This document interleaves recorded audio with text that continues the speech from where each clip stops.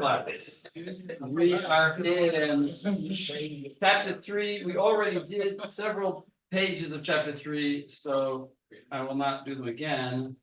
But I think I remember where we are. We did skip schedulers. Yeah, okay, I think we're here, process creation. If maybe I'm overlapping one slide or something, but. All right, so what are we talking about here? You guys pay attention. Parent process creation. So we sort of saw this in the lab a little bit, but you can have a parent process and he can create a child process. The only thing that makes a child process a child is that he can find out who his parent is. He can run a command and get his parent. And when he dies, he's going to notify the parent that he died when he finishes. Die or finish. Which in turns create other processes. In other words, the parent can create a child, and the child can create another child, and it can go on, and you can get a kind of tree. Generally, process identified and managed via process identification number (PID). Here you kind of. Oh no, that doesn't show the tree. Do I have a picture of a tree? Here's a tree. Here you kind of see a tree where here you have init, which is the process ID number 1, and he created a child, 8415. And he created a child 8416, etc. And then in the bash shell, for example, this is my login, and then I created a bash shell, and then in the bash shell I ran Emacs, which is an editor, and I could even run the command PS, and PS itself will get a process ID number. Lots of processes are being created and then dying, and those numbers we keep on going up higher. And eventually, when you reach actually the top, the end of the list, you sort of recycle old numbers. So you actually do recycle the numbers because you're going to run out of numbers eventually. It used to be that we said it was 64,000 processes, but I've noticed on current computers that it's much larger. I guess it's 64-bit. I don't know. They've changed the number. It's really, but the number is now in the millions or hundreds of millions. So, but it used to be it was 64,000 about. But it doesn't really matter. They get recycled. I actually once was on a system where I couldn't log in and it said no free processes. What somebody had run a loop where he did the fork command, which created a process, and he did it infinitely. And there was a limit to the number of processes, even if the process aren't doing anything, just the absolute number was limited on the system. It is limited. So you could actually, I couldn't log into the system at all. I couldn't even log in. Because in order to log in, as it says here, log in is a process. So I couldn't log in. No free processes.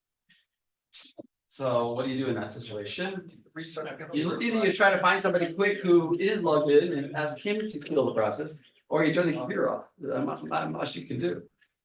Unless maybe if you think of another idea. Back to this slide, parent and children share. So resource sharing options. This we're just sort of listing theoretical possibilities. The parent and the child could share all their resources. You can't talk in my class. If you talk, you can talk to. Let me see. Parent and children share all resources. Share a subset of the parents' resources, and parent and children share no resources. Those are all the theoretical possibilities. What resources do we mean? Well, primarily we mean memory, but there's other things, files, there's all kinds of things. Execution options. Parent and children execute concurrently, or the parent can wait until the child needs. There's a specific command called wait, which we discussed before, which allows the parent to wait for the child. Okay. Now, this slide is actually showing something slightly different, which is that a lot of times what you do is you create a fork, you run the fork command, I should say, and then the child, you immediately give him the exec command. Now, the exec command's goal is to replace the process with a different process. So what essentially you're doing is you have a parent process running along, and he's doing whatever he is, and then you do fork, and now you have 2 identical copies of the parent process, but you're not really interested in 2 copies of the parent. You got 1 parent was enough. So you just created a child, and that child was created with all the identical attributes as the parent. But then immediately, the first thing we did is we blank him out and run the exec command, and we put in the parentheses here the name of another program. And we can run a different program now. Why would we do that? Well, for example, that's what the shell does. If you think about it, when the shell, you're running the shell program and you type in ls. ls is a program. So the shell creates a child with fork and then runs exec and tells the child to run the ls command. Because somebody needs to run the ls command. If the parent would run the ls command, then he wouldn't be the parent anymore. He'd be the ls command, and he wouldn't be able to accept your next command. The parent has to remain in the status in running his program, and the child can be used for running some other program that I want to run. So the shell actually does that, and then eventually that program will exit. When it exits, if the parent did await, then the parent is waiting for that exit. So that's what I said here. The child address space. The child is a duplicate of the parent, which means address space means all the memory. He has all the same memory. Child has a program loaded into it. That's the second option, where he's not really a duplicate. Once I run exec and he's now a new program. Is there no like more efficient way instead of like working and then copying over all the memory and then replacing it instead of just It making is click? kind of stupid to do this. Yes, agreed. Wait, so To wait, do one second. exec and then to break a fork, which means a copy, and then delete it all. Right. So that's why they have threads. Ah. That's exactly why they have threads. Threads will let you maybe not have to go through that trouble of creating a process for the sole purpose of replacing it But if with a we're different doing a new process. process, isn't there a way to just make a new process from scratch? Or is this the only way to fork anything? You can't just run exec directly, because then you have to, no. This is the This is the only. way. this is the only way. So then, okay. This is the only way. If you want to have a process running your command, first you have to create a process. Now, when a process gets created, he has to know what, you can't say create, there's no command, create a process with running this program. But that is threat. In threads, you can do that. In threads, you can do that. So init on boot, I'm sorry, init on, that's the that's the parent of everything then. So yeah. Yeah, that's what we saw, that's what we see. I found the example, but it's literally of everything, because everything must come from there. Yeah, so like, it forks itself Yeah, and then. Well, we need to have init because if let's say a child is running and his parents all die. The child, if he's a process, he doesn't need his parents to continue existing. He can exist on his own. But he has to have a parent. He has to have an inheritance structure. And the parent ID will now be one. What if we kill the parent, the child dies? No, Wait, if you kill no, the parent, if you then kill the parent in a process, if you kill the children are independent Then the children gain the parents ID, the PPID. Zombie? of their the grandparent. And if the grandparent's not around, eventually it goes back and back until it gets to the top of the tree, which is init. So if you can think about it, init, you can say this following sentence: init inherits or something like that, all orphans. Oh, so All if we- orphan processes eventually become a child of init. But how, in the lab, we had the. Actually, I'm not sure about what I said about grandparents. I don't think it goes to the grandparents. You can check me on that. As far as I think when you die, if your father died, you immediately become a child of init. Okay, I don't think you go to the grandparent. when you Well, I take that back. when you Yeah. fork a process, Yeah. they share the address space, right? No, they don't. When In threads do.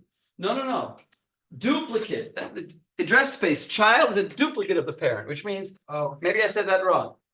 Maybe I confused you, but it's a duplicate. He just gets a copy. Whatever was in the memory, he gets his own memory with all the same data. So we can refer to it, But it'll be a different copy. If he changes his data, the parent's data will be unchanged. They have they're duplicates, but they're not, and therefore from now on, they'll changes are made in the child will not affect the parent and vice versa. Okay, but Professor, in the lab, we killed the child and it was still there, it was defunct. And then we killed the parent and then the child died, That's it did true. not go to init or something, and then disappeared when we did. No, we're PS. talking about the reverse case, where if we kill the parent, in the lab, we killed the child. And then we killed, but the And the child was parent- still there, and the it's a zombie. Wait a second, let's explain, there's two concepts, one is called a zombie and one is called an orphan, and I'll define it. A zombie is a child whose parent exists, but has not waited for him. In other words, if the child exits not exactly at the moment of the wait, but exits way over here. The parent has not yet done the wait, the child has exited over here. Until the parent does the wait, the child is a zombie. That's where a child has died, parent has not died. In the reverse case, where a child is still alive, but the parent dies, well, that's an orphan. Parent has died, and in that case, it becomes his parent. Sorry, what was it called when the child finishes before the parent test of the week, then your child is, what was it called? Zombie. Okay, so here's what it says, Unix example, fork a system call creates a new process, exec. Call used after a fork to replace the process memory space with a new program. That's what I explained. I can confirm that it doesn't get the PPID of its grandparents. It doesn't, yeah, thank you. It's back in it, go straight to in, yeah, I misspoke, I was just thinking, because we have this nice picture of this. Tree here, and it makes you think like that, but it doesn't, if this guy dies, then he's automatically goes to here. Yes, I'm sorry, I made it just sum up, why is it that a parent running that, like, why can't it run it itself? well, because what exec does, the function, what the behavior of exec is to replace the current process with, please don't talk, Sorry.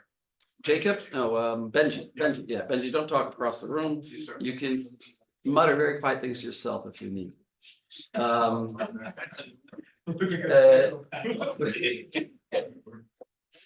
Your question was, why did the parent just directly run exec? Because what exec does is it says, oh, you're running exec, I'm gonna replace you with another program. So then the parent would no longer be the parent, he would be whatever program was run by exec. And then he wouldn't be able to do anything else that he was planning on doing. Like I'll draw you an example. If I have a program like this, I have a program and I'm running along and I'm doing exec on some ls, let's say. And then I print out hello, print. A bad program here with print hello world. Okay. The way this program will run is if this exec succeeds, which means if he's able to run this ls command, he'll never get to this line. It's like a fungus. Because he's been impersonating, he's now said, instead of continuing along my process, I want you to run a different process called ls. That's what exec does. It transfers the current process to a different process. So there's no way of ever getting back here, because now I'm running ls. ls doesn't know to go back to this program. ls is ls. ls just runs the things that ls does. So you can't get back. So the trick is, before you do this, you do fork. You say if fork equals 0, I'm the child, then do exec. And then if I close this parentheses, this print hello will be done by the father and it will get run. Okay, let's continue. Here's a program, kind of like what I did. Here we see fork. Here I'm just checking that the PD is not negative, because it can't be negative. If it is negative, that means it was an error. We have to do error checking. Whenever you ask the operating, in general rule, whenever you ask the operating system for a resource, he may say, I'm sorry, I don't have any resources, run out of processes. I can't create it. So whenever you're asking for resources, you have to check that the function didn't return -1. -1 is a standard Unix way of telling you that the function failed. Now, if it failed, it doesn't mean the program crashes, it just means it goes on. So now I'll write fork failed, and then I'll do return 1 to end the program. If I wouldn't do that return 1, I would still go on. A failure to get a resource doesn't mean the program crashes. Now I check if it's the child, run execlp. Execlp, there's a family of functions called execl. The truth is the execve is the absolute most basic one, and all the other ones are built on top of it. But execlp is a certain one, and we run the ls command. Here you see the ls command, that's the important parameter. And that's the child running it. And the parent will do wait. And his wait, he knows that this child completed will be printed only after the child completed. If he wouldn't do the wait, then the child could be busy doing the ls and he would print out child completed, which would be false. Waits for all children? No, waits for the first child to finish. But in this case, it's only one child. There is a command called wait PID, which, as you could guess, waits for a particular PID number. And then I would have known that PID number because I got it over here. All right, so that's our example. Process termination. Process executes last statement and then asks the operating system to delete it using the exit system call. Right, there's an exit system call which finishes the process. I guess even if you don't write exit in the back as the last line of your program, it'll get called anyway. And what does that exit do? It returns the status data from the child to the parent, and the parent can get it by the wait command. It also does another thing, it processes resources are deallocated by the operating system. In other words, if it had, for example, a file open. You might think, oh, this is a problem. I have a file open and then the program ends. Maybe the file is somehow open out there. No, it will close the file for you. It won't delete the file, it'll close the file. It'll clean up anything that the process had left uncleaned up. I once had a debate with another professor about whether, like you have to, for example, let's say you declare, let's say like this, you declare a new memory dynamically. In C++ it would be with new, in C it would be with malloc, memory allocation. Now your program ends and you didn't ever delete it. Is that a problem? I claim it's not a problem because when the resources will be deallocated, the operating system will take care of it. It's only a problem if your program never exits and you need to, and then you keep doing that. If you have a loop where you're constantly making new stuff and you're never deleting and your program never is running all the time, then you'll have what's called a memory leak. You'll create memory that you don't have access to and you're not using it and you never deleted it. That's a problem because the program kept running. Where do we have such a problem? Which program always runs all the time? The operating system. So if you write an operating system, you really do have to be very careful to delete your memory.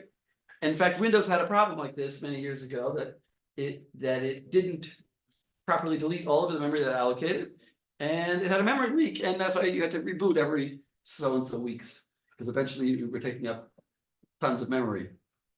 So you have to be careful about that. But you don't have to be careful about it when the program exits because we deallocate. Parent may terminate the execution of a child process using the abort system call. Okay, it can abort his child. Some reasons for doing it. Child has exceeded allocated resources. I don't know exactly what that means, but like maybe we have some arbitrary amount of resources that we want him to use. Task assigned to child is no longer required. Okay, do something I don't want to do anymore. The parent is exiting, and the operating system does not allow the child to continue as the parent terminates. Well, that's just theoretically.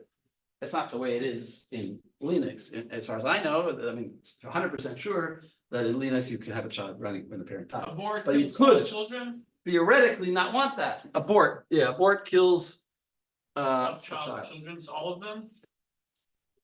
No, I think that's a good question. I don't have a good example of abort. I never actually used it, but you Okay. may have to send it to each child. It would seem to me you would have to send it to each child. Okay. You'd have to abort and then give a parameter here, which would be, let's say, the PID of the child you want to abort. So you would have to run it for each child. I've never used it though. Okay. Some operating systems do not allow child to exist if its parent is terminated, like we just said, although not in Linux. That's why it says some, right? If a process terminates, then all its children must also be terminated, and that's called cascading termination. All children, grandchildren are terminated. The termination is initiated by the operating system. Fine. That's just the operating system has a peculiarity about it that it doesn't allow that. Of course, like I said, Linux doesn't have that, and what does it do instead? It gives you a parent, which is in it. The parent process may wait for the termination child by using the wait system call. We said that already. The call returns the status information. We said that. And here's an example of calling it with the PID. PID equals wait status. What is the PID going to be? PID will be the ID of the child that finished, because I could have several children, and I did the first, and I just did wait once. It's only going to wait on the first child that happens to finish. I want to know who that was. I get it over here. That's like a return value. And the status is another return value by passing it a function, a parameter. What's it called? A reference parameter. I'm able to get information back. So status, I'll send it as an integer with no value, and it'll get overwritten by the function, and I'll be able to check it afterward. Is that a standard way of getting values from things? Yes, that is a standard way of getting. What? That's crazy. You pass it as a parameter and then that's your return That's value. the whole idea of function. That's the whole idea of reference parameters. You learn reference parameters. Yeah, but not explicitly as a return value. Well, now you are. Oh. That's actually very clever. You could actually have many, you could have several reference parameters and get several return values like that. I make my own operating system. So here it says, if no parent waiting, in other words, if there's nobody who invoked wait yet, the process is zombie. Parent terminated without invoking wait, process is an orphan. Right, in other words, what does it mean without invoking wait? Parent died and the child is still running. Okay. Many web browsers ran as single process, some still do, I don't know if that's true anymore. If one website caused trouble, the entire browser could crash or hang. If you have many windows in your browser and one of them stops working, then the other ones could also stop. That would be because they're all a single process. What it says here, I don't know if this is still true, but I assume it is. Google Chrome is multi-process, Firefox is multi-threaded. That's not multi-processing. Yeah, okay, thank you. Let me use it in fire. I use Except for But at least what Eyal is confirming is that Google Chrome uses multi-processes, which means that if you open 45 tabs, it actually is gonna run slower because you have many processes now. Not just because of memory, but because of processes. Okay, Firefox sucks. inter-process communication. So there's a big topic called inter-process communication. It's abbreviated as IPC. Processes within a system may be independent. And as one we've said that there are different processes and they're all running on the system. Can they communicate with each other? Can one process pass information to another? So they could. Cooperating process can affect or be affected by other processes. Reasons for cooperating: information sharing, computational speed up, right? If I can divide the process in parts, then each part can be done by a different process, then I have, of course, it's only going to be a speed up if I have multiple cores or multiple processors. Otherwise, I think I'm just starting to do what we call in Hebrew avodat beinayim, a trick of the a sleight of hand. You think you've got two processes running simultaneously, but they're still using one thing, so you didn't get any speed up. You divided your program into two parts, but they're both running the same processor. So one is waiting for the other is waiting for the one, and you're not getting any advantage. But if you have multi-core, and I'll say the opposite, if you have multi-core, but you don't divide your task up, then you won't take advantage of the multi-core. Unless you have some other program running.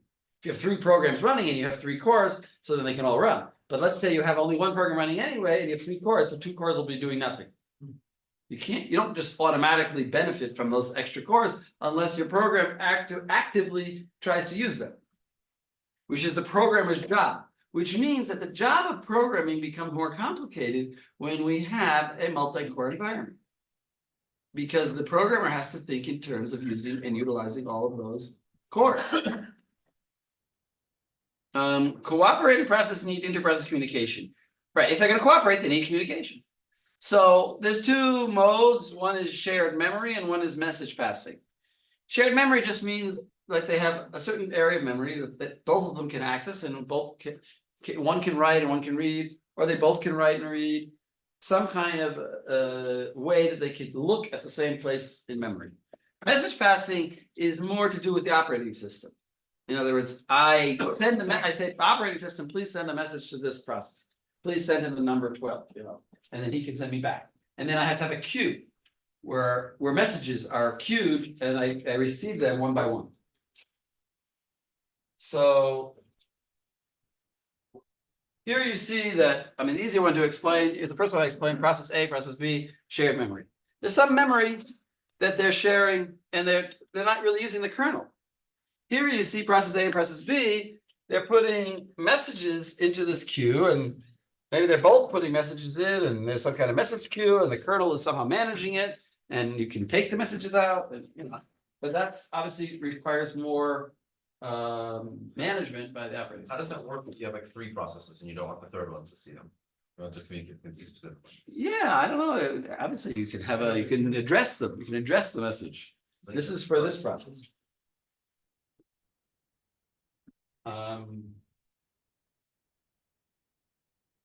Mechanisms for processes, inter-process communication, message passing. So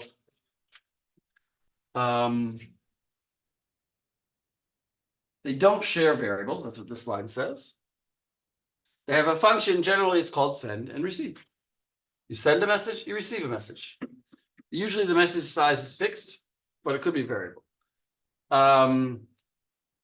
If P and Q wish to communicate, they need to establish a communication link between them, and then they exchange the messages. We're just talking in very general terms. We're not explaining exactly how to do that, but we're just saying there's a concept of communication. Implementation could be physical or logical.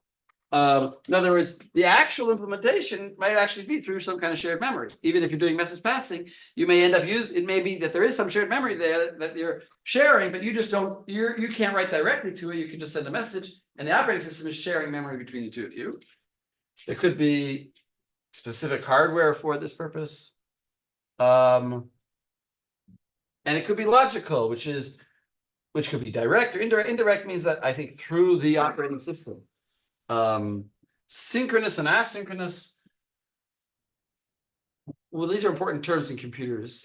In general, what we mean by synchronous and asynchronous, we'll talk about this in other courses that you'll have, but I'll tell you now. Synchronous means that I don't read the next message, because I don't send another message until the first message is read. Kind of like a handshake.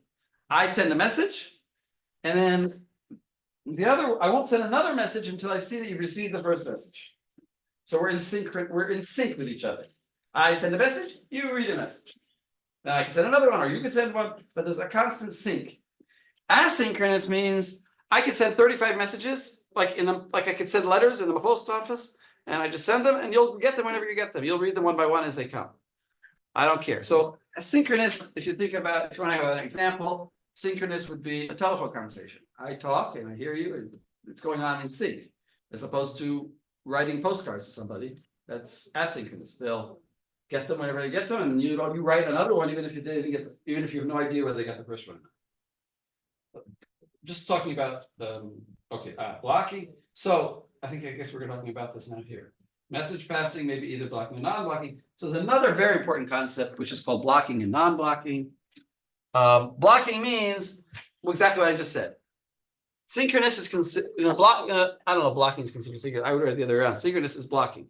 Now, the blocking means I block. I send the message, and now I'm blocked from sending another message until you have received it.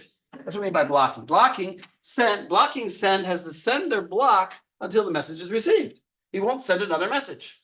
Blocking receive has the receiver block until a message is available. He won't send a message until he's received something. So you could have fully, in other words, you could do any combination of these things. You could have that they're both blocked, or you could have just one is blocked.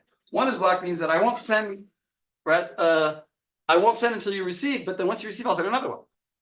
If I had both of them being blocked, then it would have to be I send to you, you receive, now you have to send to me, and I won't send you until I receive one. Right? You could have like that. Blocking received. The receiver block until the message is available. How would I know that there's a message available? It's not receiving. So that's called receiving. Message is available means I received it. That's what it means. So non-blocking is synchronous, which means the sender sends the messages and just continues on. And the receiver has the receiver, non-blocking receive has the receiver receive failed messages or null, which means that that's a little bit more difficult to think about. It means I say, I want my message now. I go to the mailbox, and if we have a blocking receive, this is actually a better way of understanding blocking. A blocking receive would mean I'm going to stand at the mailbox until the mailman delivers a letter. I am waiting for that letter. And that would be blocking. Blocking receive. In other words, I'm not going to continue on until I get my receive, until I get my message. A non-blocking receive means I check the mailbox. I'd like to get a letter. If no letter, I'll go about my business to other things. Okay, let's go on. I was thinking about blocking from receiving.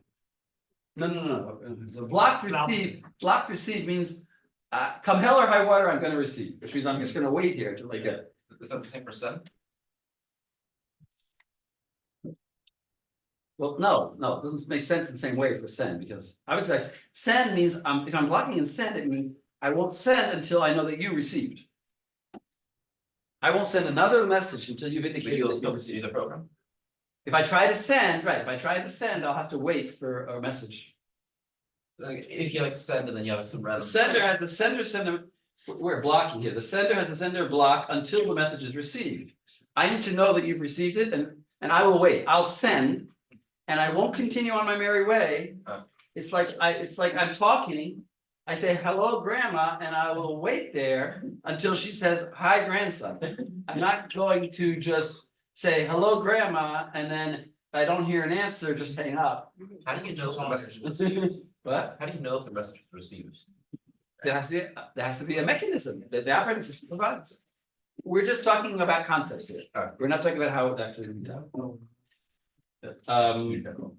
Okay, Have a service. if we're talking about synchronization. If we're talking about synchronization and communication, then we can talk about something called a producer-consumer problem. Kind of like the letters. I produce a letter, you consume the letter. Right? That's called a producer-consumer problem. This is a major topic in the course, actually. Producer-consumer problems, we'll talk about, I think, in chapter 6 or 7. Or both. So if we have complete blocking. Which means I wait, I send a message to you and I don't go on. Then we have what's called a rendezvous. If both send and receive are blocking, we have a rendezvous, because which means that I will never produce 2 letters until you have got.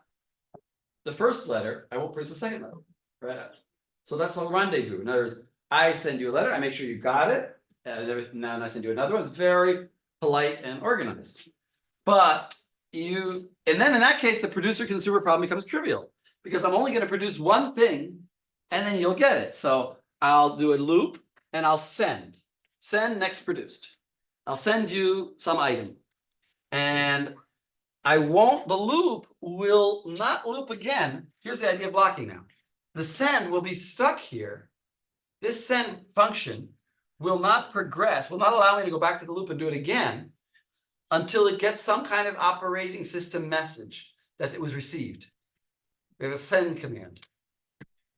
As opposed to like maybe, well, let's say, there isn't a command like this, but let's say put. Put just means just put it there. I'm not interested. Sending, whatever, sending is generally means I'm sending it and I want to know that it's received. So only when it's received will the loop again go and then I'll send again. So I'll send it. So this loop looks like it's an infinite loop of 1,000,000 sends a second. It's not. It depends on the pace of the receiver. And the receiver is also in a receive next. He's just going to receive here. He's blocking. He's waiting to get a message here. And and even though this is a while true, which means it'll run infinitely, it won't run super fast because he's not going to progress until he gets that message. So this is considered trivial because I send, you receive, I send, you receive, I send. I'm the producer, you're the consumer. It's just a one-way street. I'm the producer and you're the consumer. So there's no problem of synchronization here because it's inherent in the send and receive functions. Are these like 2 separate processes happening? Oh, very good. Yeah, I should have mentioned that. Yes, these are 2 processes running in parallel. Very good. Very good that you noticed that. I should have said that. Somebody is awake. This process is running at the same time as this process. There are 2 processes running on the computer. The computer has multiple cores, and one is sending and the other is receiving, sending, receiving, sending, receiving. And they're going. One sender and one receiver on the. No, you could have multiple, but I'm just saying, they'd have to know who they are. I mean, Yeah. it's not written here. This send is very abstracted because I don't even say to whom I'm sending. You might have another parameter, like a process ID number. You can do that. Does that say what also? Unlike the other example that we saw that was code, which was a real example, this is not a real, this is pseudocode. This is just saying, I do some kind of send procedure. And obviously I have to give some kind of parameters, like who I'm sending to. Does the receiver get any information from the sender of what's being sent to you? Yeah, the next consumer. The next consumed is the item, is the actual item. That's the letter. I mean, like I'm the sender. I'm This like, is the I'm structure. gonna send you a letter. I'm gonna send you a package. Like First of all, find out when you receive something. no, this is a structure. Okay. This is a structure with many fields. One of the fields might in fact be the PID of who I'm sending to. One of the fields might be a message like, hello, child. there's many fields in that structure. Very strict and specific what can be received. Yeah, there's a structure. Usually there's a buffer. Usually there's a. Like one of the fields in that struct is a string. Right, you can put anything. Now, now we're gonna talk about. Well. Actually, there's kind of a missing point here in this slide. Which is that really we're talking now about asynchronous. Now let's talk about asynchronous communication. That was synchronous. We said it became trivial. What about asynchronous? Asynchronous is not trivial. Asynchronous, we can say like this. First of all, we have a buffer. Do we have a buffer of messages? In other words, if I send 35 letters to you, what do you do with all of what if you haven't yet read and those letters have come in? There's got to be stored in some kind of buffer somewhere until you get around to reading them. So we have to have a buffer. And usually we talk about a bounded buffer, which is that there's a finite length of messages. I can have, let's say, 10 messages. And if the producer tries to produce an 11th message without the reader having read anything, he will be blocked. He won't be able to. Or we should prevent it. Or at least it's our job as the programmer to not let him, to somehow be aware. If we're using an asynchronous communication, and theoretically you could just keep sending it. But if the but we want to sort of give, if we're doing asynchronous communication, we want to sort of impose an order to the chaos. Because it's asynchronous, you can just be sending thousands of letters. Maybe we want to limit this in some way. So we could have zero capacity, which is then a rendezvous again. Because like, I won't send anything until you get the first one. So then we're back to the rendezvous. And it could be unlimited, in which case there's nothing to really talk about because I can send an infinite amount of letters. So the really interesting question is a bounded capacity, where we say like we're going to have a buffer, and at most 10 letters can come in, and after that the program has to stop itself. So we'll see a solution for that. Wait a second, what have I written here? Producer process produces information as consumer the consumer. Okay, we said that. Unbounded and bounded. I think I already said that. Unbounded. Producer never waits. It's just unbound infinite. He can just put as many letters into the mailbox as he wants, and the mailman will take as many as I put there. Consumer waits if there is no buffer to consume. Consumer will still have to wait. If there's nothing there, he's going to wait. But the bounded buffer assumes that there's a fixed buffer size. Producer must wait if all the buffers are full. He can put 10 letters in the mailbox, but then the mailbox is full. The mailman won't handle any more than that. He's going to have to check. Have I put 10 in? And then stop himself. That would be a bounded buffer. And that's There's some mechanism. What? There's some mechanism to make sure that the buffer doesn't overflow. No, we're gonna look in this course on algorithms for solving the bounded buffer problem. In other words, how can we, through programming, not necessarily through hardware, but through programming, solve that problem? And if you think about it, you might say that it's that the synchronous, if we're using a synchronous communication, then basically we're creating synchronous out of asynchronous. So it has to be done by the operating system. If the operating system is going to be providing an opportunity, the possibility for synchronous communication, then somewhere in the code in the operating system, he's bounding the buffer. That's what he's doing. But it's very limited. So that's why it's related to this course. It's only one. It's only one. It's very limited. It's only one. Now, before we go on, we go back to maybe this order is a little weird, but we go back to the topic of shared memory. Shared memory and area memory shared among processes wish to communicate. Fine. You just have a big block of memory, anybody can write there. The communication is under control of the user process, not the operating system, like we said. The two programs have to decide not to overwrite each other. Major issues is to provide a mechanism that will allow the user process to synchronize their actions when they access shared memory. You don't want two processes to be writing to the same exact byte at the same exact time, because you'll not know what's being written there. You'll have no way of knowing who succeeded in writing and who got written over. So this kind of synchronization is discussed in chapter 6 and 7. Okay, back to the bounded buffer. Oh, bounded buffer, shared memory. Fine. Yeah, okay, fine. Shared memory. We're not talking about communication. We're not talking about message passing. We're talking about shared memory. So we have a buffer which is shared. That's the key point here. We have this is certain definitions here. We have a structure called an item, and that's where we're gonna have all of our, that's our letter. That's all the information, our address, who we're sending it to, or whatever, just, no, forget about the address, it's just information. We've already know who the address is, because we're two programs here sharing the same buffer. The buffer size is 10, and here's a buffer of 10 items. However big the items are, we have 10 of them. And we have a variable called int and out, which are essentially counters. They're essentially counters, in and out. In obviously means the things that I put into the buffer, and out means the things I've taken out of the buffer. How much have I taken out of the buffer? So so this is the solution, the following solution we're about to see in the next slide is correct, but can only use buffer size -1 elements. In other words, if the buffer size is 10, we'll actually only be able to put in 9 elements. To understand that, here's the solution. Well, let's wait a second. Consume, let's start with consumed is. Well, fine, I'll start with produce. So we have our item next produce. That's what we're going to produce. And we want to put it in the buffer. But we want to check that the buffer might be full. So before we put it in the buffer, we check in. What is in? In started off at 0. So we check, is in +1 modulo buffer size, which is modulo 10. So if is 1 modulo 10, which is 1, is 1 equal to 0. Out is also 0. So if we want to put it, if we want to put something in, it's not equal to 0. As we want, this 1 is not equal to 0, this while loop is going to break.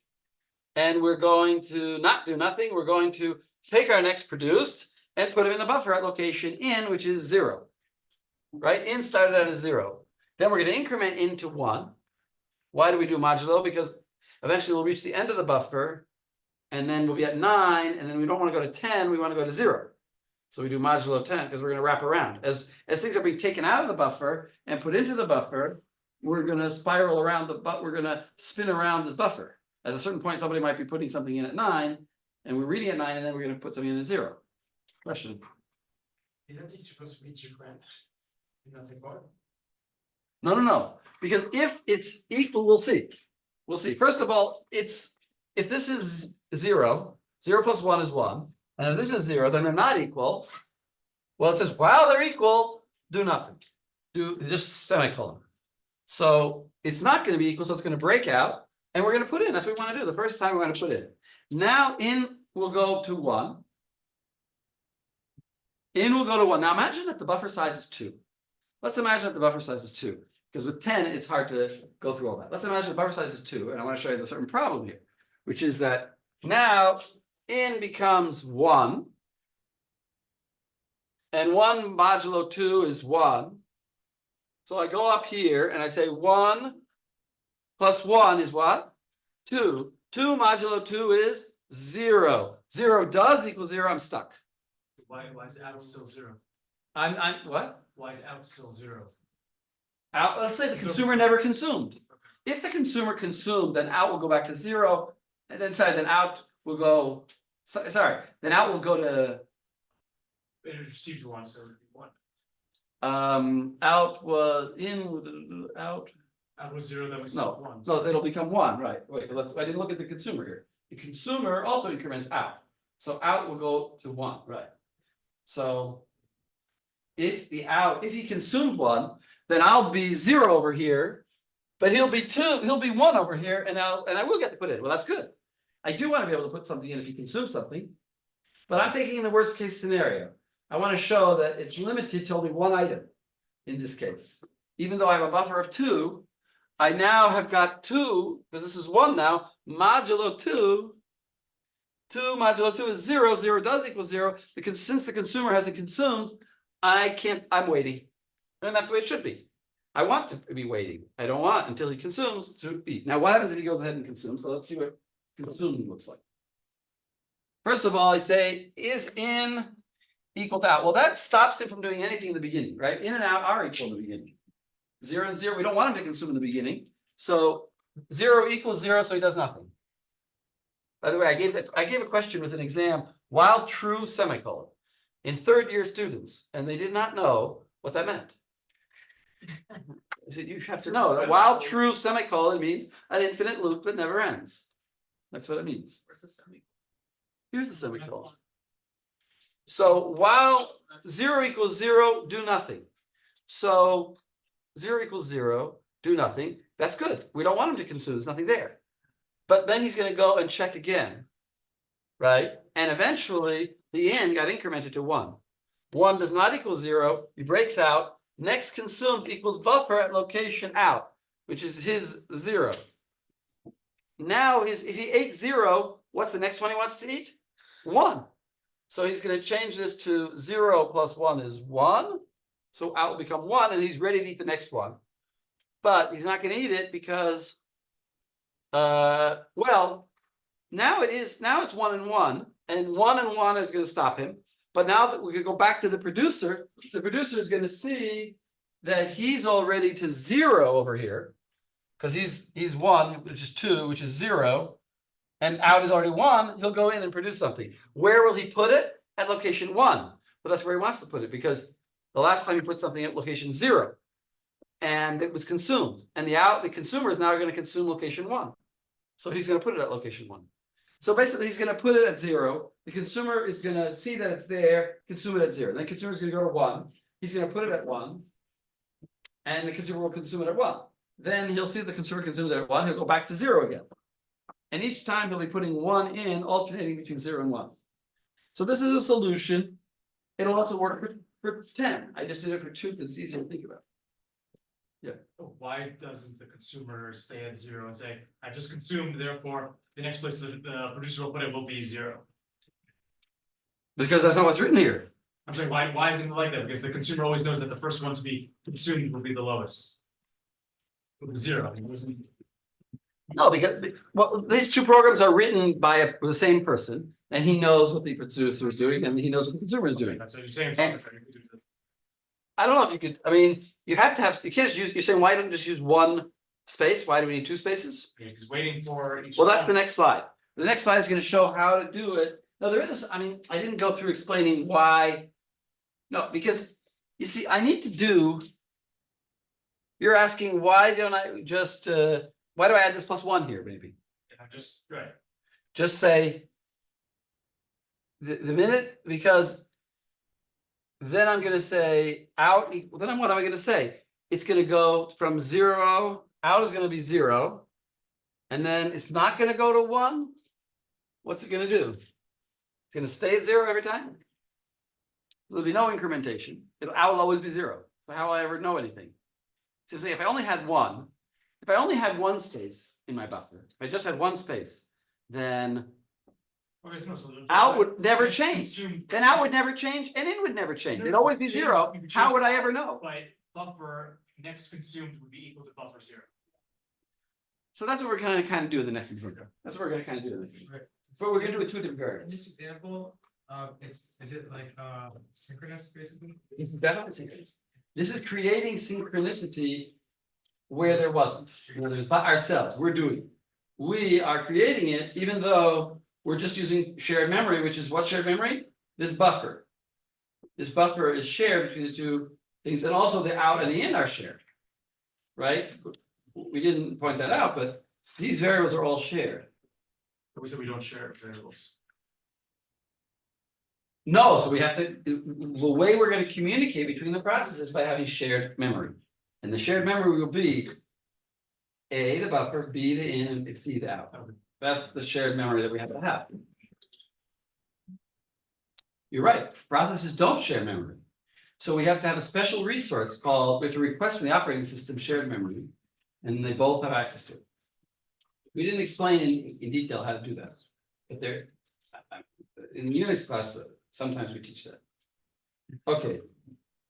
Suppose we want to provide a solution to the consumer producer problem that fills all the buffers all the way. We don't want to have this extra space in a buffer.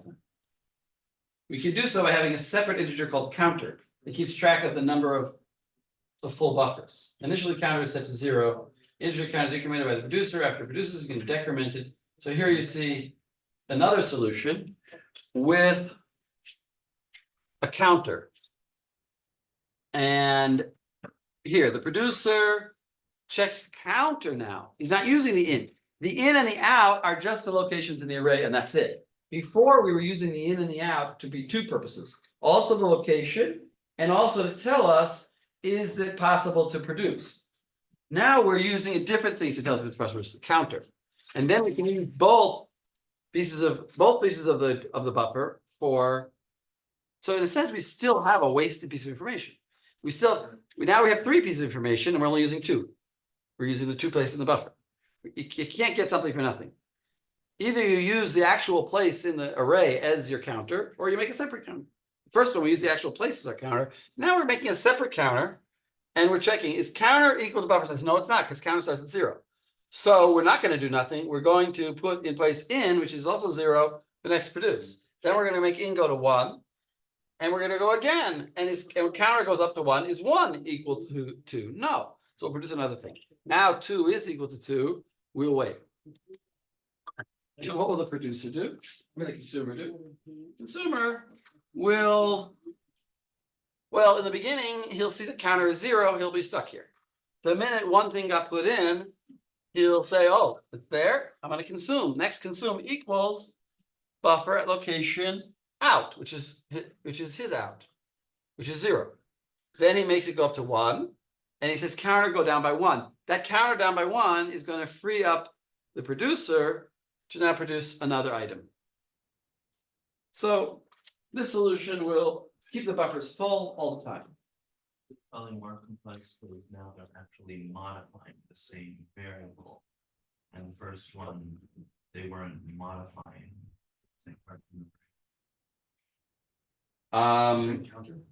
Yeah, well, They were just reading from each. you're saying there's a race condition, what we call a race condition here, because this counter minus minus. We'll talk about this later in the course, but yes, this counter minus minus is problematic. It has to be what's called atomic in order for this to work. An atomic action, just like an atom, cannot be divided. At least that's why it's called an atom. So an atomic action cannot be divided, which means that this action, only one person will be able to do it at a time. If two are trying to do counter, if one is trying to do counter plus, and the other is trying to do counter minus at the same time, you could have troubles. All right, that's the end of lecture 3. Go to lecture 4.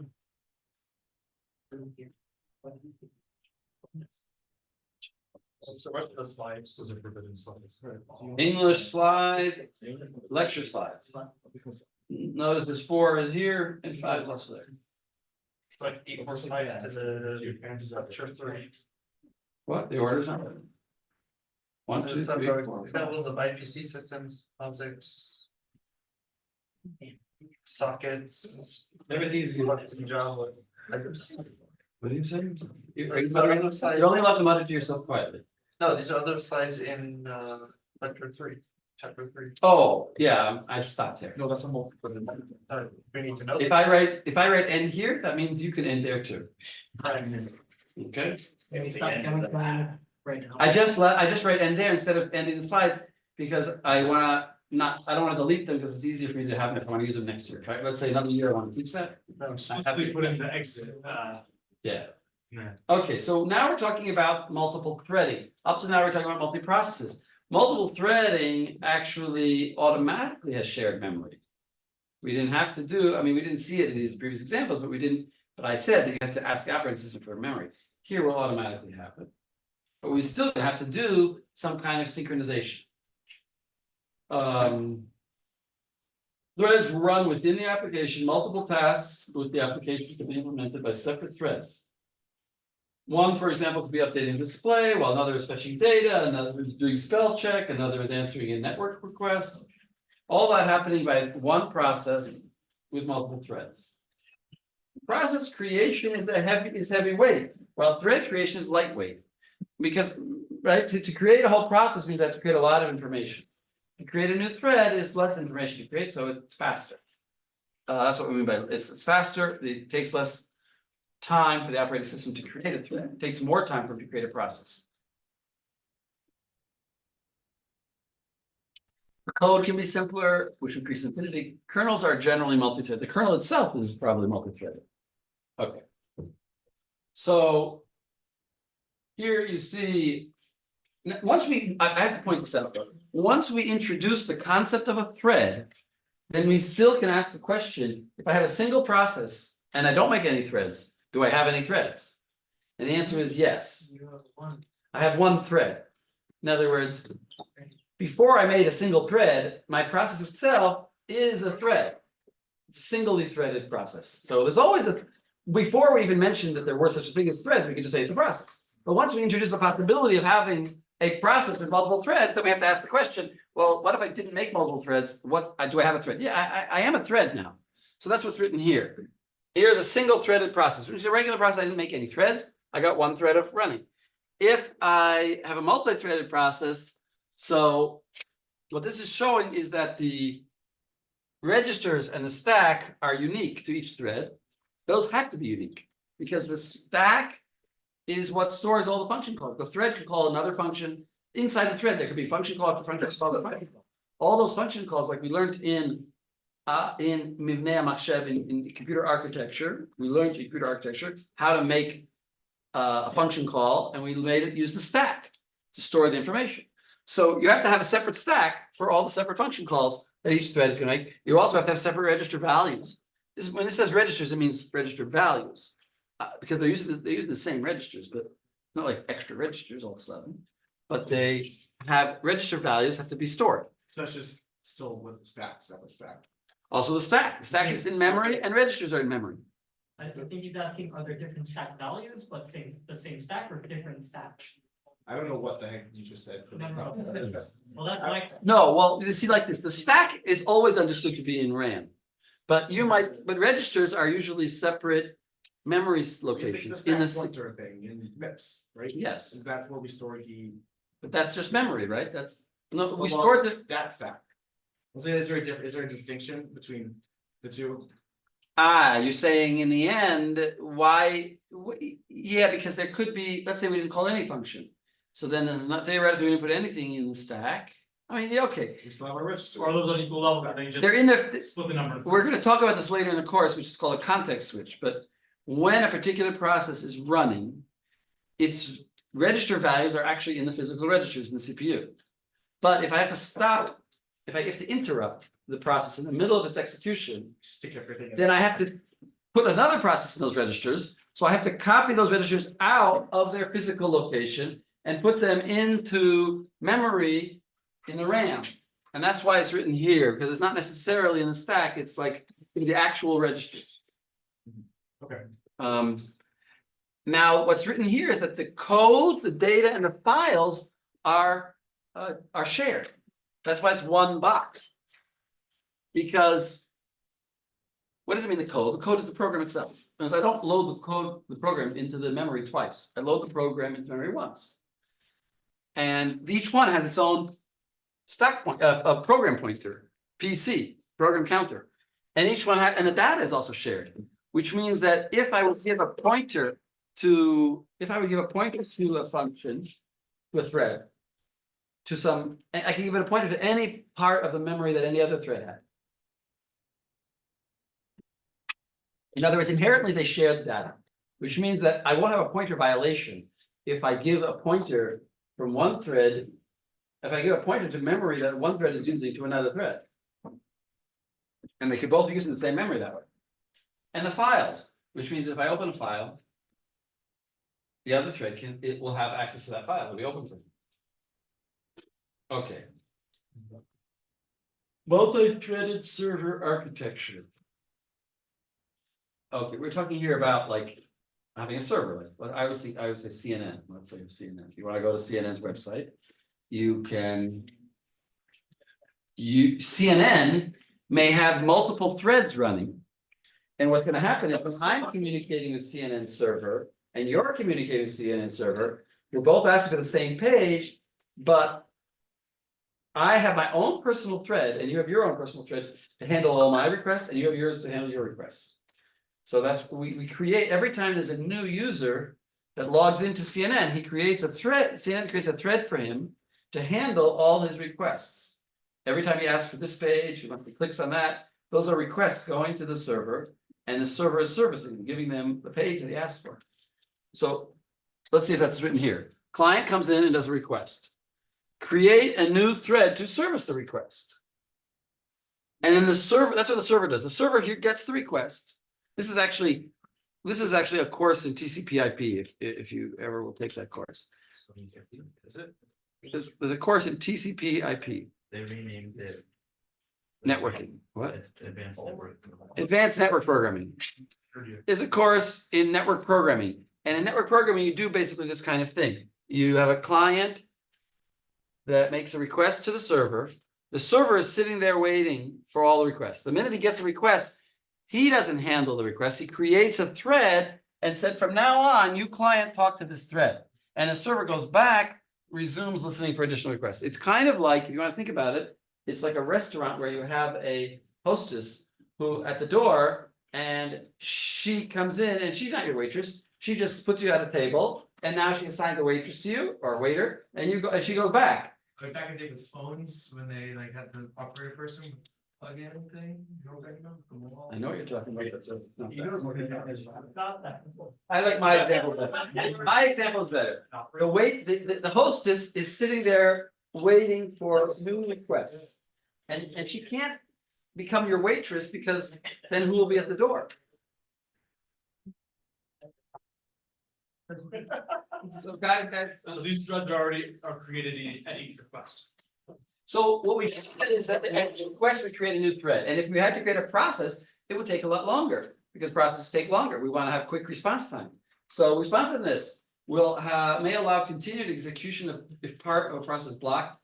So first of all, by having everybody have his own thread, if something goes wrong with somebody's download and he can't continue, anybody else who's on CNN will have no problems.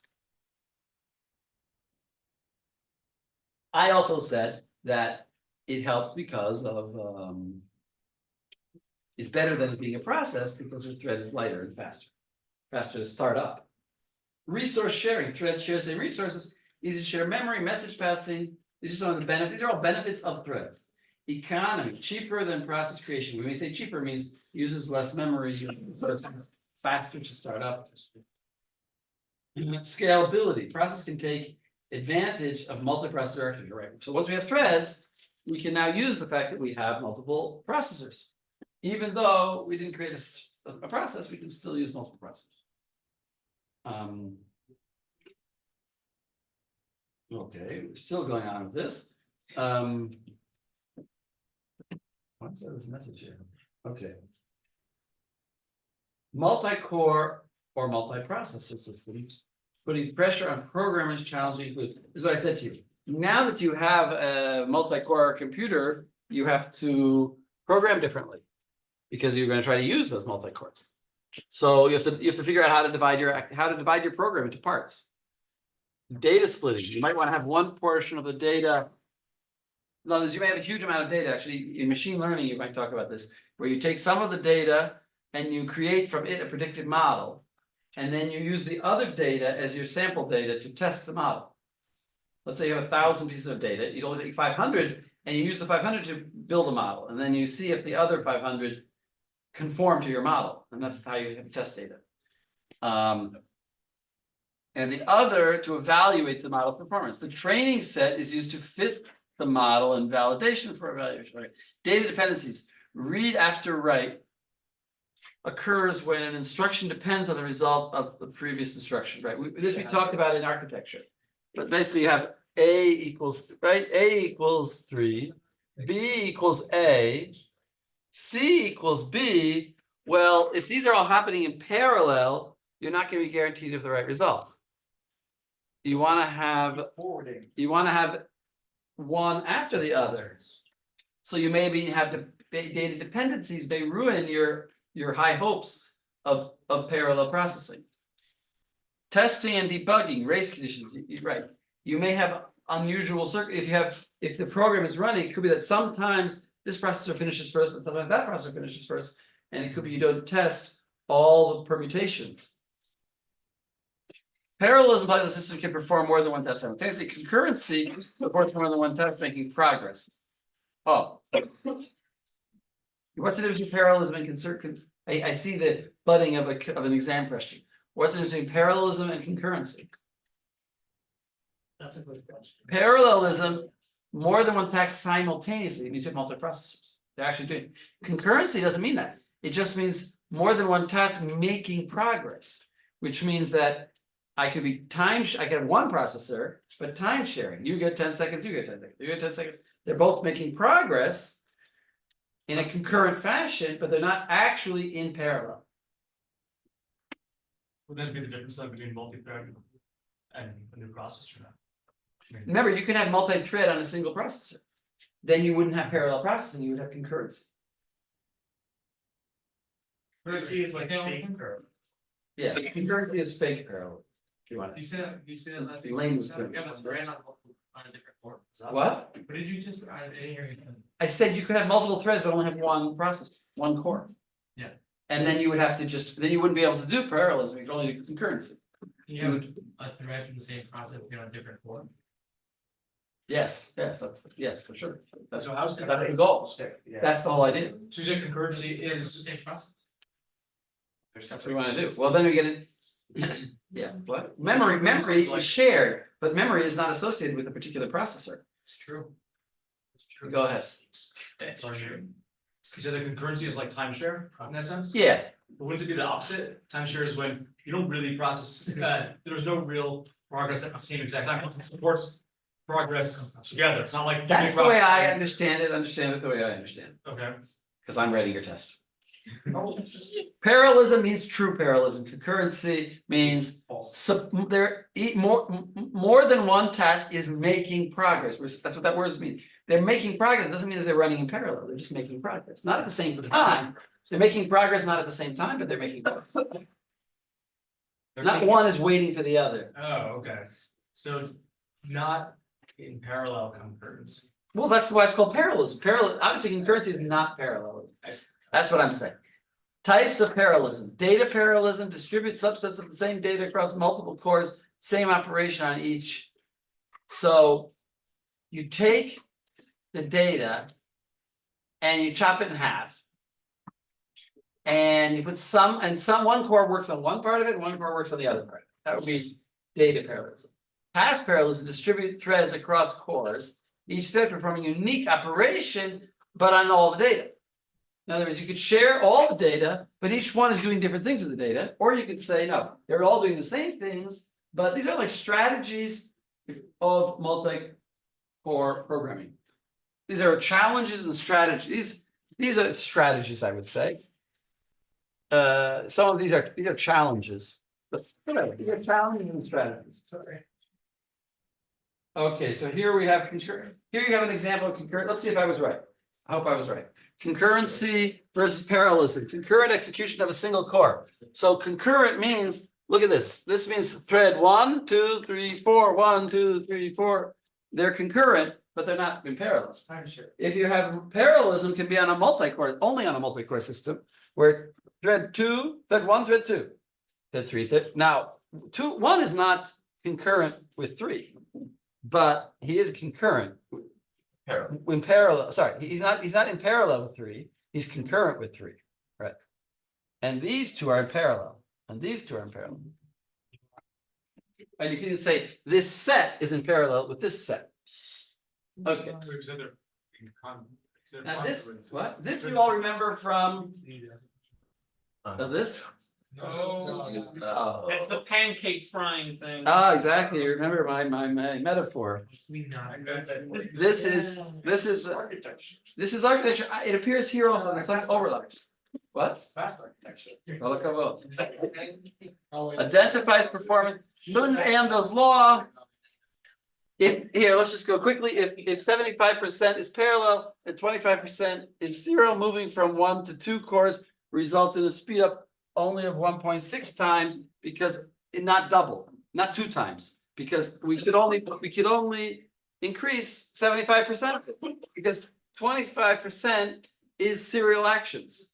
In other words, the program runs for 25% of the time, and then it gets to a certain point and it makes 2 threads, and then it runs 75%. So 75% of it had 2 threads, but 25 had only 1 thread. So I can't speed that up by having multiple cores. So mathematically, this equation tells us that it will be not 2 times, but it'll be 1.6 times less than 2 times. I don't need to go into the details, you can work it out at home, we did it already in the other course. I don't have a home. Oh. Now we get another, There is your home. now we have another weird concept, which is who is in charge of managing these threads? In other words, who gives them the time? The operating system. So we'd hope the operating system would do it, but not necessarily. That's something called kernel threads, that's when the operating system. Kernel threads is when the operating system says. He knows about all the threads, and he says this thread will get 10 seconds, this thread will get 10 seconds, this thread will get 10 seconds. User threads is where the operating system says, I don't know anything about these threads, all I know is that there is a process. And there'll have to be an API, essentially a set of programs that are written in the user space, that are written just for the user to run, that will do the job of dividing the time. So the operating system will say, as far as I see, all I see is a process. Process, you get 25 seconds. And then the API functions will be used to cut that 25 seconds into parts for the different processes, for the different threads. User threads managed, done by user level thread library. So actually POSIX is user threads.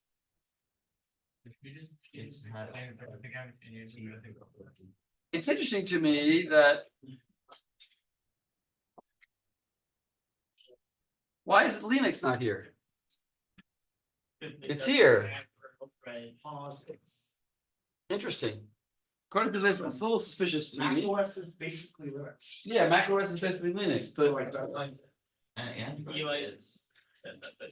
Uh, anyway, this is saying that P threads, which is the one that we're going to talk about, the one that we learn and we see a little bit of in this course, and we learn a little bit more of in Unix, is actually user threads, which means that you use an API, a set of functions to manage your threads yourself. I mean, you don't see it as a programmer, you don't see it. As a programmer, you just create a thread, but there is an API that is in user level running, that is like, it's not part of the kernel. Kernel doesn't really know about it. That's Usually explain the difference between what is. yeah, the difference is, basically the simplest way is, does the kernel know about the existence of these threads? Then we call it kernel threads. In other words, the kernel knows about them and he manages them. If the kernel doesn't see them, he just sees a process, then they're called user threads. So the POSIX threads don't take advantage of multi-core because like it's all treated as one process. No, I hear what you're saying. No, so the API will have to. Yeah, I don't understand how it works. It's a good question. I don't know. 2 minutes, I will stop here. Good question. Right.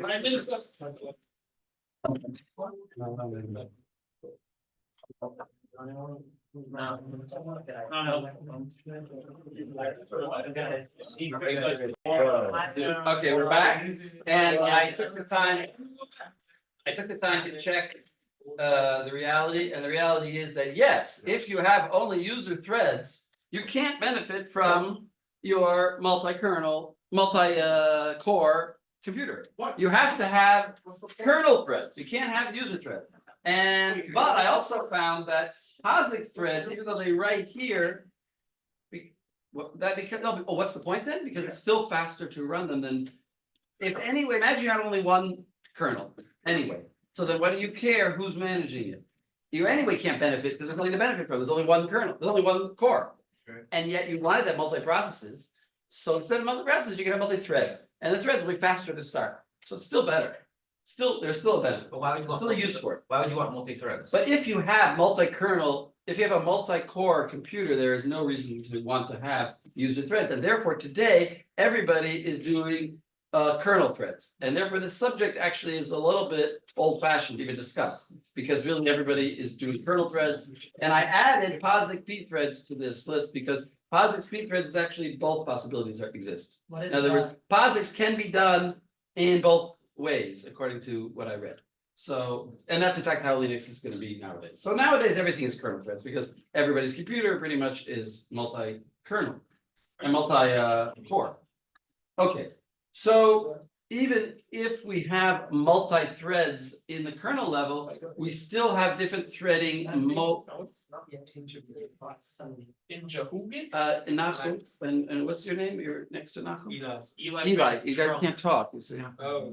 you're in class now, You can move to yourselves. you can mumble very quietly. So that I can't hear, you have a question? No. So don't talk. I'm mumbling to myself. I can hear the mumbling, just be quiet. Okay, so there are threading models, which means there's different theoretical ways of organizing threads. One to one, many to one, and many to many. So, for example, I could have like this.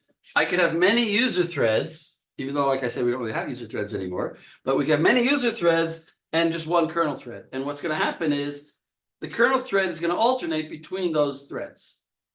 In other words, there'll be one real thread and there'll be multiple threads, like one real thread, and multiple threads will be using that thread. Say that one more time? You have multiple threads. Multiple threads, and will alternate who gets to actually run in the CPU. There's only really one kernel thread, and the multiple threads are sharing the kernel thread. Like the user threads are like. Multiple threads may not run in parallel on multiple core systems because only one may be in the kernel at a time. In other words, even though I have 4 threads, and even if I have two cores, they're all sharing the same kernel thread, and he's either in the first core or the second core. They're just using that one core. Few systems currently use this model. It's a stupid model, but it was done because it was done a long time ago when there was only one core. So 1-to-1 is much more normal. Every thread has a kernel thread, which means that they're a real thread. The kernel is really organizing them. That's really the way it's done. You get more concurrency than many-to-one. There's also, this is the way Windows, Linux, Solaris are done. Then there's also this model, which I don't know if it's really done anymore. It's from an old version of Windows. And they have something called a thread fiber module that you have in the, that they invented. That's their name. And this is many-to-many. Well, this you can have like 4 threads here, but only 3 kernel threads. So these could be spread out in different cores, but you still have fewer actual kernel threads and they're still sharing them. So you could have parallelism. It's great. Sounds We great. should do this, like all the time. Well, but this is, you're right, it theoretically saves, but what, this is pretty good too. Just give everybody their own Well, kernel. you need a lot of kernel threads. Yeah, One thread finishes. yeah, okay. So This is. this was a system that was done, but I think that as machines got faster, it was irrelevant, became irrelevant. Yeah. But anyway, there is such a model. Yeah, that's true. And then there's a mix model, which they call a 2-level model, but it's really a mix. And what it means is you have also multi, and some threads are 1-to-1. The point is you can do anything you want if you're writing an operating system. Okay. Thread libraries. Thread library provides program with an API for creating, managing threads. So we're going to learn I think we have an example of the POSIX, the POSIX thread library. In other words, when we say a library, we need a function that's going to let us create that thread. How are we going to create it? 2 primary ways of implementing library entirely in user space or kernel level library supported by the operating system. In other words, either the operating system knows about it or it doesn't know about it. If it's kernel level, that just means the operating system is involved in the management of the thread. So I think I could really change the slide a little bit around to say that there's a POSIX, it should really be this bullet first. There's a POSIX standard. POSIX is a standard for how the API should look, what functions there should be, and what they should do, and what parameters they should have. And the internal workings of them is not necessarily defined. And then as long as, so then you can say that my operating system, I can say I'm going to write an operating system and it's going to be quote unquote POSIX compliant.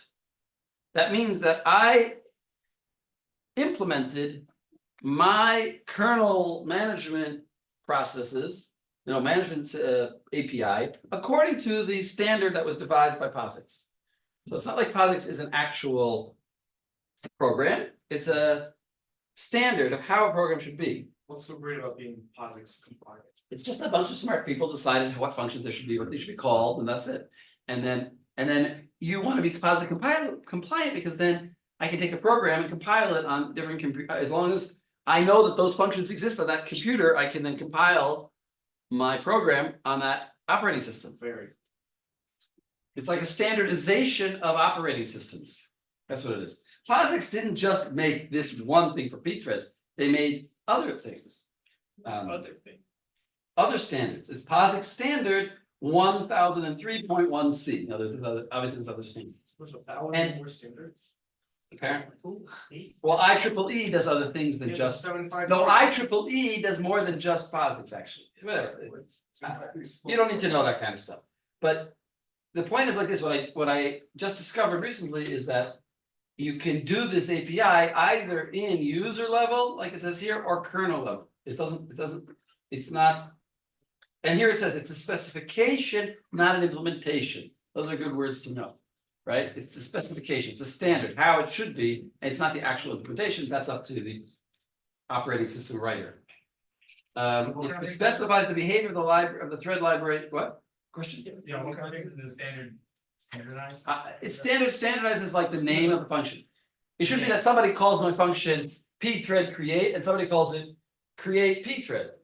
It should be, the name should always be the same name, It's just a name. and the parameters of the function should be the same order, the same parameters, the same type, Specification, the same signature, yes, the same functional signature. specification, not implementation. Yeah, specification. Oh. Hey. Okay, it's common, it's this implement, the POSIX is actually the standard for Unix, Solaris, Mac OS. That's why we say Mac OS is Linux, because it is compliant with POSIX. It could be in-house, it could be written completely in by the Linux professionals that have nothing to do with Linux. But as long as it has all the same functions, does everything the same, then from the user, then for all intents and purposes, it is the same. Okay. And that's why you could actually theoretically have a Linux machine that is not open source. As long as they redid it without looking at the source code of the real Linux, and they just did it themselves, they could write it and say it's proprietary. We wrote it, it's ours. We're not showing it to you. But it does it, but it is Linux because it does everything that the standard says it should do. Okay, so here's an example of a very simple program that's just calling API functions. And the main line is where? Oh, this is just the function. In order to run a thread, you have to have a function for the thread to run. You basically create a thread and say, Mr. Thread, run this function. So this is the function, we called it in this case runner, and it took a parameter with a void pointer type. A void pointer type, I think I mentioned, is a very good type because it means I can put anything there I want in reality. And here's the main. And I make some variables here, attributes, and I take the arg v, the parameter from the command line, and I check if it's less than 0, and I say it must be greater than 0. That's basically I didn't do anything yet.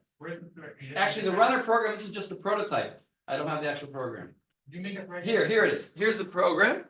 Here, the main line is here. Pthread create. It means POSIX. P stands for POSIX. POSIX thread. Now it's compliant with the POSIX standard. And they decided the name has to be pthread create.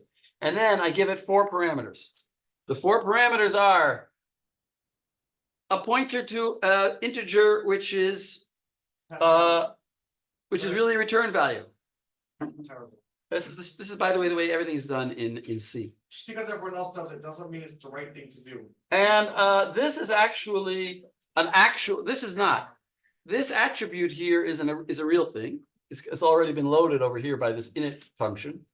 This pthread attribute and initializer, and we gave it the thing. Here it was empty, but now it came back full, and now we pass it on to the creator with some whatever variables in, I don't care. And here's the main line. The main parameter is runner. Runner is the name of that function that we're going to run. Runner. And when we create it, we're telling it run this program. And when it finishes this program, pthread exit, it's done. It's done its job. That's its whole job. So it's not going to run it's not going to run sum equals this. that's gonna be done by the parent who ran the create. Because all he was doing was this. Now I give him a parameter argv, which is whatever parameter I got from the command line, which will be like, let's say the number 3. What if you have like a bunch of parameters that you wanna put in?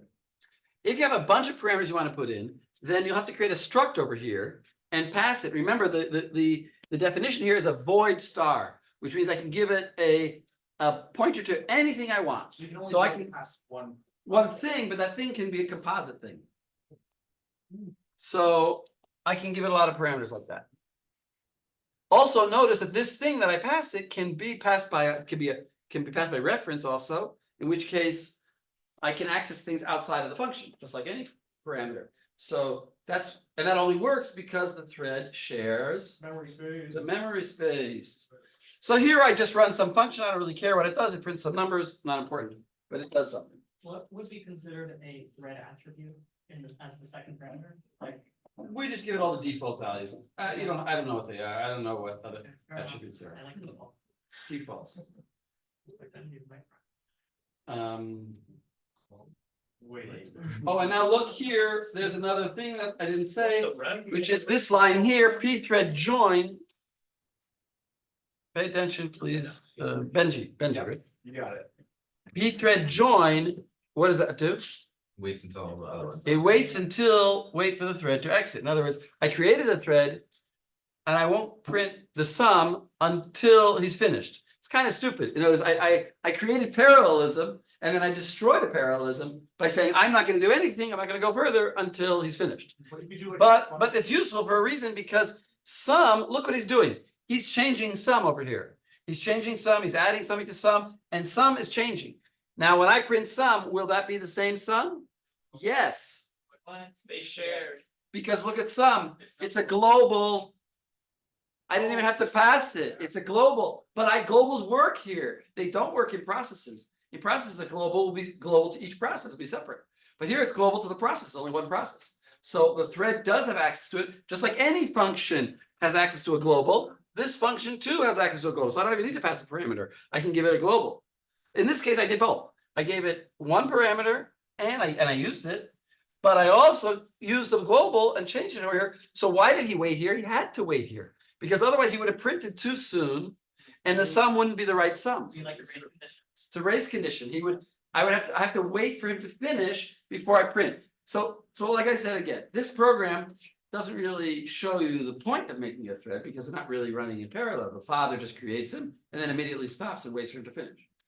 But it could be useful if I wanted to do. Well, actually, it's a problem. What happens if you have a thread? Here's another exam question. Because it takes your information and puts together. What would you say would happen if I make a thread based on what we see here, and in the thread I run the command exec? Oh, it takes over the whole process. It should take over the whole process, and I should lose the father also. Yup. Oh, also, That's not paying attention. That'd be really weird. In other words, if any thread runs exec, then that's it. More than that, I have another question for you. I'm taking a little bit from the course in Unix. Should it? What if the thread runs exit, not pthread exit, which he did over here, which is a special function, but he runs regular exit. What happens? What does exit do? It's gone. The whole thing is gone because exit is a process level command. So if I have 10 threads and any one of them ever writes exit, then the whole thing is finished. But pthread exit is a special exit that says just exit the thread and don't exit the whole program, don't exit the process. Question? Just to be clear, oh, never mind, I see it, all right. Okay. Would threads have safeguards against doing things like that? I'm like messing up with it. They say that there's a saying about C programming, we give you enough rope to hang yourself with. Hey, all right. You have everything in front of you, do what you want. At the end of the function that we have the thread run, there's a function called pthread exit. problem? Yeah, I just explained what that is. That is a special exit that doesn't exit the whole process, it just exits the thread. So the other threads can continue running, in this case, the parent. If you would have written here, instead of pthread exit, just exit, then this print would never happen. Because it exits. It would exit the whole process. Got it, thank you. So, welcome. Welcome, dude. Thanks, Mel. Here's code. What if I created 10 threads? There's a dude. So look here, I did I did an array of threads to be, I made some kind of worker with p threads, and then I can do p thread, and I can do a loop 10 times and do join, and then I'll wait for all of them. Now, there's such a thing as a thread pool, which is a very important concept. Especially in the advanced networking programming, hopefully you'll do such a thing. You'll make a pool. What's the idea of a pool? And then a C. Remember we talked about the example of CNN, where everybody who connects to CNN gets his own thread, and we said there's the hostess that, first takes the initial connection and then puts you off to a thread. But there's a certain, and we said it's not so slow because the thread is quick to run rather than a process. But let's make it even faster. Let's make a pool of threads that are always around. We'll take 100 threads and we'll just, even though nobody connected to CNN, we'll have those threads sitting and waiting. And the minute somebody, in other words, it's almost like we'll have waitresses and tables already. Instead of like the waitress coming to the door and the host will say, oh, quick, let's set up a table for you. Quick, let's hire a waiter and then give you. Let's have everything ready. And they're just sitting there waiting, doing nothing until you come in. And then we assign you to something that already existed. That's called a thread pool. We create a pool of 100 threads and they're not doing anything until we actually need them. Then we assign them and then we reuse them. When somebody finishes using the thread, we don't do pthread exit. We just stop doing it. We go back to being waiting, back to waiting till we need it again. And there's another. So we get two advantages from this. What are the two advantages? One, like I already said, it's faster. We're gonna have to wait for the thread to be created. And what's the other advantage?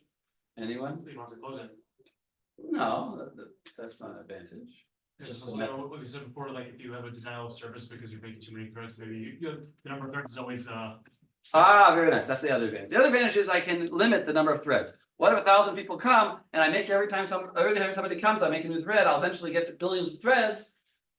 I don't want billions of threads. Maybe my computer will crash. This way I can say, on this computer, the maximum number of threads is 10,000. So I'll make 10,000 threads and I'll never make any more. And they'll all be there doing nothing until I need them. And I'll never have more. And I'll never worry that I have too many threads being created. I mean, I could solve that problem other ways. I could create a simple flag to check that when I got to 10,000, it stopped creating these. But it also has an advantage. So it says here, usually slightly faster to service a request with an existing thread. That's what we said. Allows the number of threads in the application to be bound to the size of the pool. That's what I just said. Now I have a third one. Separating tasks to be performed from mechanics of creating tasks allows different strategies for running tasks. A task could be scheduled to run periodically. Task could be run periodically. and they'd also just be Don't think of my example of the CNN. Just think of like you want to have certain virus scanning going on every day. You want virus scanning, so it's a periodical thing. So you have a thread maybe waiting, but I don't quite understand the point. Separating tasks to be performed from the mechanics. Now there's one thing called the mechanics of creating a thread, and the other thing is getting this job done. I don't want those two things to be dependent. I don't know, whatever. What? why would they need to be? Well, if I need to create a thread every time I want to do something, then I'm gonna have to also create it. Now I separated those two things. Maybe it'll fail. Maybe I'll try to create a thread and it'll fail for some reason. And if I already have it up and running, then it won't fail. So I separated the mechanics. Windows API supports thread pools. There's a function called pool function. Okay. I don't know anything about the Windows thing, but fine. Okay. There's nothing really said there, but just like Windows supports it. Okay. Stop here. We have one more slide before we stop here. So the one more slide is signals. Signals are used in Unix systems now we're back to IPC, inter-process communication. And we talked about shared memory for a long time now. We talked about threads and how they have shared memory, but then also we talked about producer consumer, managing the shared memory. Now we're talking about the other thing we mentioned way back in the beginning, which is signals. That you sort of ask the operating system to manage a message that I pass. So signals are used in Unix systems to notify a process that a particular event has occurred. There's something called a signal, unfortunately, I don't have a good example of it. But something called a signal handler. It's used to process the signal. In other words, the way signals work is like this. I'm a process and I'm running. And any process can decide to send me a signal. You know, I can, it's like the policeman can wave at me, he can tell me to stop, he can do all kinds of things. But the process, and I can't prevent the policeman, or in this case, the other process, from sending me a signal. What can I do? I can control my reaction to his signal. If I can say, ignore, I can say, when I get signal number 17, I don't know, a hand wave, I ignore that. Or I can say, when I get that hand wave, I'm gonna end my program. So I decide how I react to the signals, but I don't, and I can also, which could be either ignore, it can also be die, or it can also be do some program. Could be when I get that hand wave, I'm gonna run a function. And then I'll come back to whatever I was doing. So that's called a handler. The signal handler is the function that I run when I receive the signal. If I didn't choose to ignore the signal. And I can rewrite the handler as a kind of a default handler. Which in general mean, the default handler is generally is die. All signals basically kill me. But I can change that handler to whatever I want. Signal is generated by a particular event, signal is delivered to the process, signal is handled by one of two signal handlers. The default one, like I said, which usually kills the process, or a user-defined one. Every signal has a default handler that the kernel runs when handling the signal. The user-defined signal handler can override the default. Well, that's what. Communication between threads of process. Well, because if you think about it, if one thread is sending a signal to another thread, that's a kind of communication. So you're saying. to a If the policeman is waving to me, he's communicating differently. The only difference is that there's a shared place of memory as opposed to. Here, there's no shared base of memory. Here, there's something called a signal, and it's just like the operating system is notified that process number 16 wants to send signal number 25 to process number 1000, and he sends it to a process number. Now, process number 1000 reacts however he's defined to react for that signal. So that's a kind of communication. I could have that my reaction is that I calculate pi to 10 decimal places and then send back to the other guy that I finished. I don't know. That could be my reaction. Where should a signal be delivered from? Now, here's like some problems. Where should a signal be delivered for multi-threaded? We have multi-threaded. In other words, in general, a signal, what's the problem? I didn't really say it here, but a signal is process level to notify a process. They're process level, they're not thread level. So if I signal process number 1000, here's the signal, well, there's 3 threads, which one should get it? Process 3,000. Well, they're all gonna start running that function? Sure. Well, that's one choice. Well, That's a everything- choice. So where should a signal be delivered? Delivered to the signal, deliver the signal fed to the thread to which the signal applies. Well, I don't know how you figure that out, but deliver the signal to every thread in the process. That's what you said. Deliver the signal to certain threads in the process. Assign a specific thread to receive all signals for the process, I like that one. and then maybe he could maybe do something. Another one's bouncing between. But I'm just saying, these are all theoretical questions that one has to address when designing an operating system to handle signals in a multi-threaded environment. All right, we'll stop here for the day. Eli, what the heck?